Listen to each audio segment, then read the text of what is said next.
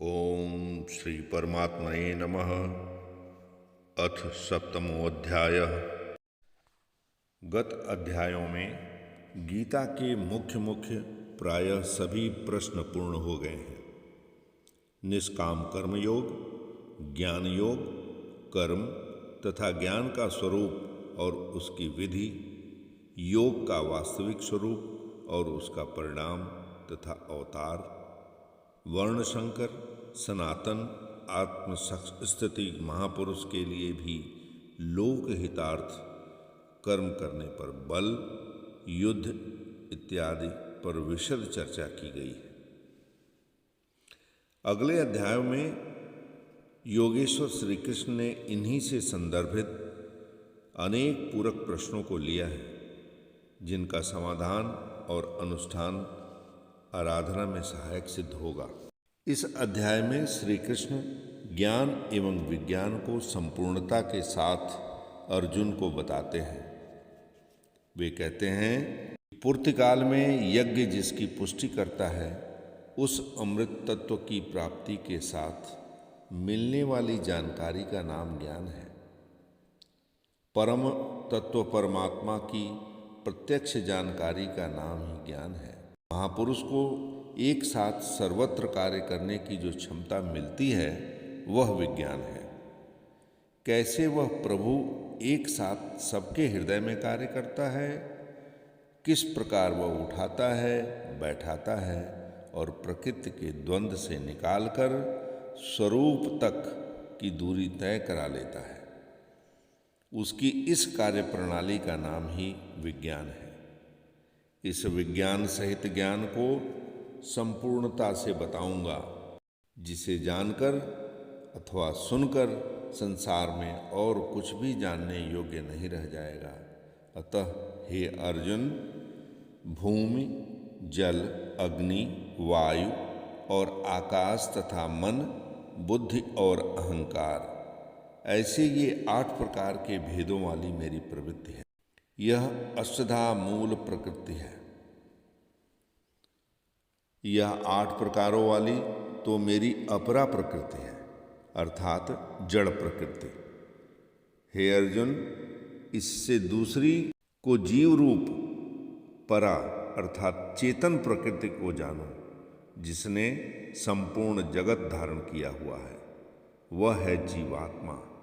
जीवात्मा भी प्रकृति के संबंध में रहने के कारण प्रकृति ही है। यही दोनों परा एवं अपरा जड़ चेतन एकमात्र योनि है। मैं संपूर्ण जगत की उत्पत्ति तथा प्रलय रूप हूँ, अर्थात मूल कारण हूँ। जगत की उत्पत्ति मुझसे है और प्रलय भी मुझ में है। जब तक प्रकृति विद्यमान है, तब तक मैं ही उसकी उत्पत्ति हूँ, और जब कोई महापुरुष प्रकृति को पार कर लेता है, तब मैं ही महाप्रलय हूँ, जो अनुभव में आता है। सृष्टि की उत्पत्ति और प्रलय के प्रश्न को मानव समाज ने कौतूहल से देखा है। विश्व के अनेक शास्त्रों में इसे किसी न किसी तरह समझाने का प्रयास चला आ रहा है। कोई कहता है कि प्रलय में संसार डूब जाता है, तो कोई किसी के अनुसार सूर्य इतना नीचे आ जाता है कि पृथ्वी जल जाती है। कोई इसी को कयामत कहता है कि इस दिन सबका फैसला सुनाया जाता है। तो कोई नित्य प्रलय, नैमित्य प्रलय की गणना में व्यस्त है। किंतु योगेश्वर श्री कृष्ण के अनुसार प्रकृति अनादि है, परिवर्तन होते रहते हैं, किंतु यह नष्ट कभी नहीं होती। भगवान श्री कृष्ण आगे कहते हैं कि हे कौन्तेय, जल में मैं रस हूँ, चंद्रमा और सूर्य में प्रकाश हूँ, संपूर्ण वेदों में ओंकार हूँ, पृथ्वी में पवित्र गंध और अग्नि में तेज हूँ, संपूर्ण जीवों में उनका जीवन हूँ और तपस्वियों में उनका तप हूँ।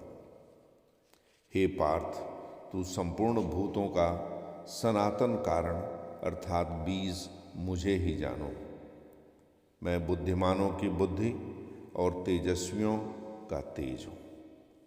इसी क्रम में योगेश्वर आगे कहते हैं कि काम और राग से परे जो बल है वह मैं ही हूँ, वही वास्तविक बल है। सब भूतों में धर्म के अनुकूल कामना मैं हूँ।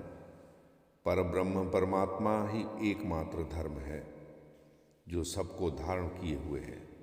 जो शाश्वत आत्मा है वही धर्म है। जो उससे अविरोध रखने वाली कामना है वो मैं हूँ। आगे श्री कृष्ण ने कहा कि हे अर्जुन, मेरी प्राप्ति के लिए इच्छा करो।